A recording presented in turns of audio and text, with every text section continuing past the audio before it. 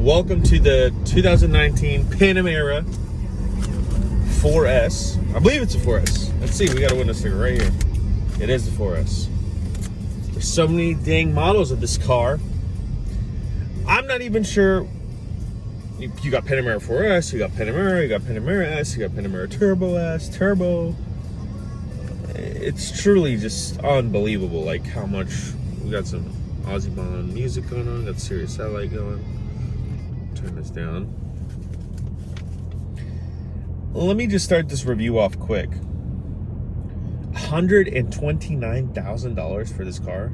$129,620 for a 2.9 liter, 440 horsepower, 405 foot-pounds of torque. Yeah, great numbers, sure. But for a car this heavy, all-wheel drive, not necessarily a great number. I mean, it's a quick car, don't get me wrong. For today's standards, it's fast. Because from the factory, like, if this came out of the factory 20 years ago, I mean, not 20, let's say 5-10 years ago, yeah, 440 horsepower is a ton. That's tons of power.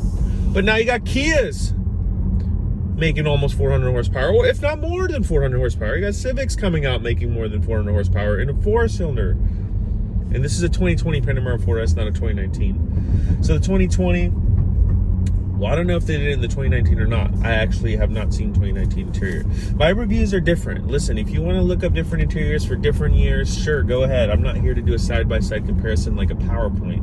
I'm just here to give my experience on the car, driving it, what it feels like, in comparison to the cars I've driven up to this point. I love the interior, though. I do love the interior. The interior is super nice. Steering wheel, the way it feels, the way it looks, it has very, like, you know, solid feel to the car. I love the way the paddle shifters feel. Obviously, if you know Porsche, nothing really feels cheap on Porsches. Everything feels amazing, luxurious. The dash has extended leather all over it too. I love the new center console and the new ones where everything's touch. I actually didn't think I would like it, but I do like it. There's some scenarios where I have wanted to turn off traction control really quickly, and kind of hitting this button has become a little bit of a hassle. Sometimes I have to really look down because I'm like, well, I thought I was hitting it, but I wasn't. I love the infotainment system, the display. I think it's a 12-inch display. Let's see what it says here. Doesn't say the size of the display. I think it's 12 inches though. You can always look that up. I'll throw it in the video. The sound system is amazing. It's like one of the best sound systems I've ever heard in a car. The Bose sound system in here is nuts. It sounds so crisp and just beautiful. I love it. The sound system's sick. The way the car drives is amazing. I think it's one of the best transmissions I've ever felt in sport mode. Because when you get a car in sport mode, you have this thing that just kind of, like, what happens is it's a little too aggressive. It revs too much when you're driving normal. It doesn't shift fast enough or smooth enough, etc. This thing is dialed in perfect. I don't have one single complaint about the transmission, how it shifts, what it's like. I don't have any complaint about the transmission and the car's infotainment system and interior at all. My biggest complaint of the car, it kind of handles like crap. I mean, I went through some back corners and the car's got a ton of body roll. I was like, ugh. I mean, granted, I did just drive my GT3 RS, and then I got in this car right away. This car is a loaner car from Porsche. My GT3 RS is getting service. So, I don't know, just the way it handles. It's not necessarily, I guess, meant to be a sports car, so to speak. It's more of like a family car. But listen, for the $129,000 price, I can never justify buying this car for $129,000. I looked in the used market.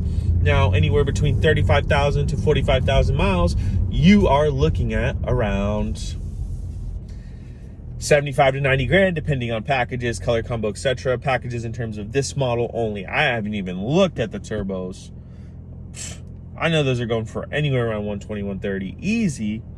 And this car for 129, and used I'm talking, but this car 129 new is a crazy expensive car. Like, I don't see this car being 129. Yeah, you got a panoramic roof, you know, you got nice, amazing interior, you have a great, amazing feel, you got heated and cooled seats, you have, you know, you have all the bells and whistles, so to speak. But what car doesn't have all the bells and whistles these days? Like, what car doesn't have Apple CarPlay anymore? What car doesn't have a navigation anymore? That's coming out in the last couple of years or already out. You know, cars now just standard due to manufacturing. They're able to manufacture more in mass and be able to manufacture for cheaper and use cheaper materials, etc. Where they can now put navigation in cars that were never having navigation before or it wasn't standard. So yes, cost of price has gone up due to inflation on goods and the price of cars, etc. I mean, a brand new car 10 years ago, the same model that exists today, is a totally different price. Yeah, I get that, you know what I mean? But for $129,000, I can't fathom spending $129,000 on this. I could think of so many other ways to spend $129,000 on a car. Like, for example, an M5, a new M4 or M3, a new E63 AMG. And actually, they're not even $129,000. They're actually cheaper than this car by 20 grand. So new E63 is a little more, but I'm saying, you know, for $129,000 new car for new car, easily I could go into the used market and get a used car. If you're looking for a luxurious four-door car for $129,000, you can get 14, 15, sometimes even up to a 16 Rolls-Royce Ghost. You know what I mean? So I'm not going to compare this to a used car because it's not fair. But for this car, but for $129,000, listen, M5, M4, M3, E63, C63, a lot faster cars, handle better, look crazier, not as bulky, faster, get they'll get about the same gas mileage as this thing does, if you're worried about gas mileage. But listen, at the end of the day, I don't think anybody's worried about gas mileage anymore. I mean, I've never gone to the pump and been like, well, it's $4 a gallon, I guess I'm not going to get gas today. No, gas is something that everyone gets no matter the price. So miles per gallon, yeah, I get it. Maybe you want a car that's a little more fuel efficient. If you drive a ton for work, I get it. This isn't the car for you. If you drive a ton for work, you want something fuel efficient, you're most likely not getting a Panamera because you're going to put so many miles on it. Depreciation is going to be nuts. Doesn't make sense. S-Class, you can get an S-Class, you know, for around the same price range, just a regular S-Class, depending how it's packaged out, etc. You know, I know those price tags can vary heavily between a $120,000 option car to $175,000 option car. So I'm not going to get into the nitty gritty of, you know, what car can you get for $129,000 or less, or around the same price range to compare to this. Those are just a couple suggestions. You know, for sports cars, you want a four-door sedan, you get an E-Class sedan. I think the E-Class sedan is amazing. Interior is nuts. I think the Mercedes makes the best interior, hands down. You can argue with me all you want, but until you've driven all the cars back to back, like a Mercedes, a Porsche, BMW, etc., Mercedes makes the best interior. It's bar none. This is close. Probably this is a second for sure. Definitely has taken second place, but first place has always been Mercedes, because every time I think somebody else makes a better interior than Mercedes, I get back into a Mercedes and I'm like, never mind. Nobody makes a better interior than Mercedes. So another thing is, I love the way the shifter is, and I actually love the two cup holders in the center console here. I know they're cup holders, big deal, but the placement is nice because you can still use the center console because it's on the right side of the center console, so you can still use the center console with your arm on it and do whatever you need to do and not have your drink get in the way. The steering wheel, like I was talking about earlier, amazing. I love the turn signals, how they feel. This high gloss finish. Overall, the car is a good car. The launch control is nuts on this thing. I'll throw in a clip right now of the launch control. I think this is the best launch control I've ever felt on a car. Let's see if we can do it again.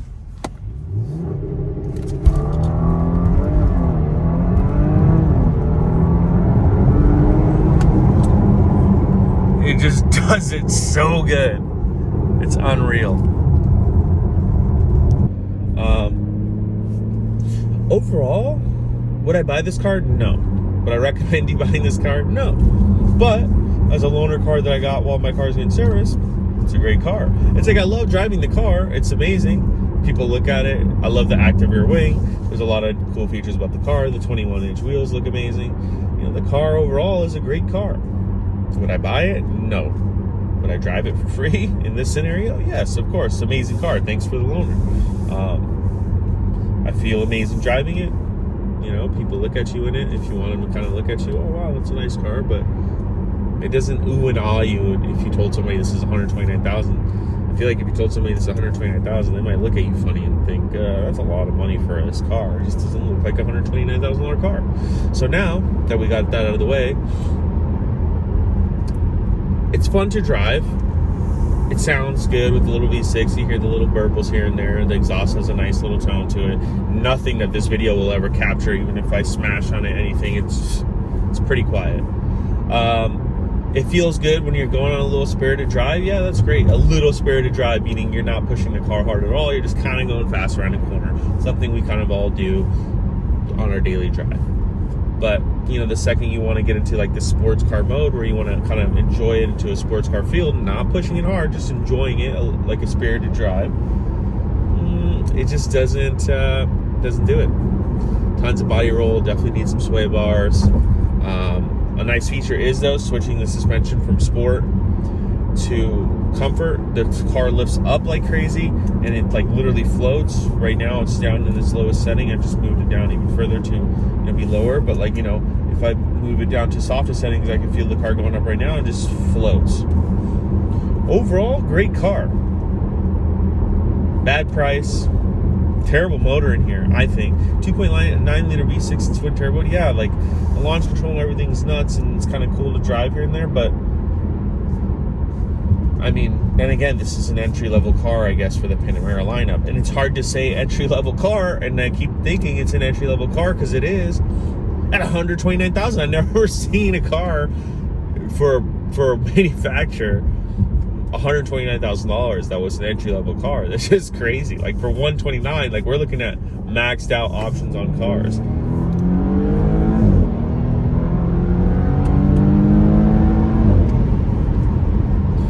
Car, fun. I mean, we got up to 80 miles an hour there, but kind of felt like it took forever to pass this car. See, it has this a little bit. It has a torque that you want to pass somebody, you can just kind of do that.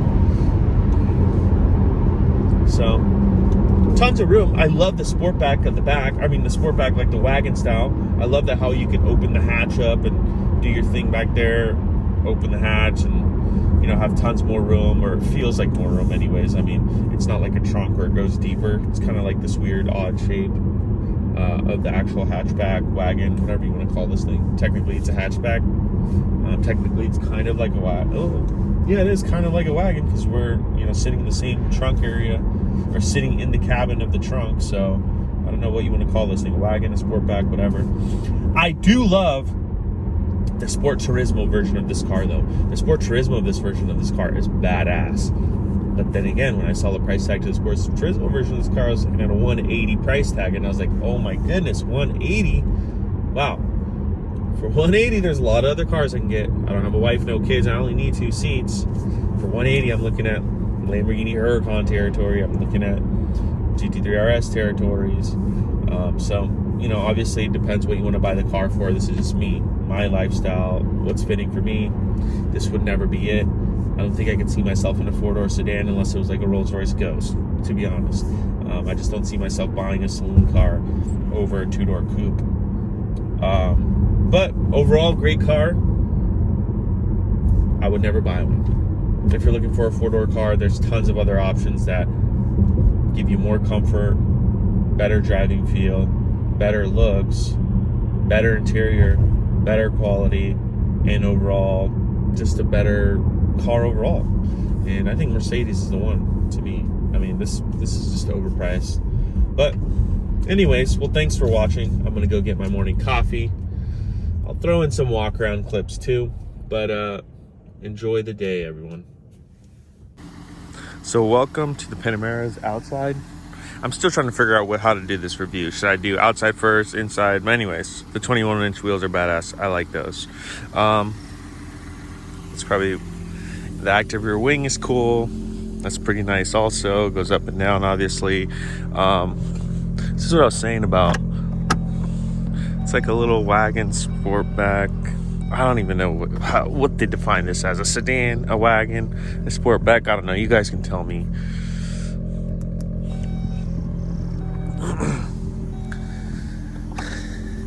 Tons of room in the back, though. And there's tons of room in the back. I mean, for what it is. I mean, I have my seat all the way back, and you know, it's cool. Maybe they should have put a center seat in the back here, because, like, come on, you can at least throw a kid. I don't know what you're gonna do with like a 4-seater bucket. I do love the steering wheel, like I was saying. I love the steering wheel. Let's get in here real quick. It's kind of chilly outside. The steering wheel, great. Like, this feels so good. This is what I was talking about with the cup holder. You can just put your arm right here, still use all the functions. Boom, boom, boom. Cup holder right here. It's not in your way. I mean, I guess for the passenger, might be, but who cares about the passenger, right? The infotainment's sick. I don't have my Apple CarPlay hooked up because I'm using my phone for the video, but you know, it's got satellite radio, media. The touchscreen's super interactive. You have your quick hotkeys here, you could call them. Car, climate, apps. I do love the shifter though. The shifter feels nice. Heated and cooled seats. It's a little chilly. So this is like the button. I wish I could capture the press. It's like, so like this one, I'm always like traction control. See, it's doing it now. There it is. Oh. No, there you go. See, I clicked that thing like 4 times and it's still see, it's still having a hard time with it. It's a little odd. I love that they made this a clock though. I don't know, the chrono timer's sick in the sports versions of these cars where, you know, you have the lap timer, but it's cool that this just kind of is a clock in general. Like, I kind of wish that they had a clock in general. I don't use a lap timer that much. I mean, I guess maybe when I'm on the track more, etc., I might bite my words. Love the piano black trim. Overall, it's a nice car. The interior is amazing. Pano roof. Seats are nice. I do just love the steering wheel in the cockpit. I love that they kept the analog cluster. I love that they kept the analog RPM cluster. These are all digital on the outside, which is fine, but I love that they kept that analog still. MSRP of the car. 2024S. There's the feature list there. Not bad gas mileage. I mean, I've been getting pretty decent gas mileage, even though I've been smashing on it a lot. But yeah, great car for what it is. I mean, I was kind of being harsh on this car a little bit, but you know, I mean, I don't know what to say. It's a good car. I just personally wouldn't buy one unless Porsche decides like, yo, we're doing a $699 a month special on this thing or whatever. Lease special with 0 down or something, $699, $799 a month. That might make a little sense to me. Then I'm like, oh, 0 down, $699 a month. You get a great car, great daily, smash around in it, 10,000 miles a year, 12,000, 15,000, whatever they end up giving you. Yes, I can see that one being okay, but being an okay deal. 129, no way, I'm out. I'm buying a new M5, most likely. That's the car that I would buy. Or a new RS6. Oh my gosh, you get a new RS6 for 120. I'd rather have that car any day of the week. It looks better, performs better, it's fast as hell. Yeah, I'd rather have the new RS6, no doubt about it. So that's my car choice over this one. I'd have the new RS6, M5 for sure, E63, S-Class, C63. I just named you 4 or 5 cars there that just blow this one out of the water. Porsche, overpriced on the Panamera. It's entry level, whatever that means for you guys. Drives okay, handles like crap, to be honest. This car handles like crap. I don't care what anybody says, this car handles like crap, and I love Porsche, so. But anyways, my take, don't buy it. Great fit and finish though, overall. I mean, feels good, car feels good quality-wise. No complaints there, buttons all feel nice. I really like these buttons here. Feel nice. Anyways, well, talk to you guys later. Have a good week.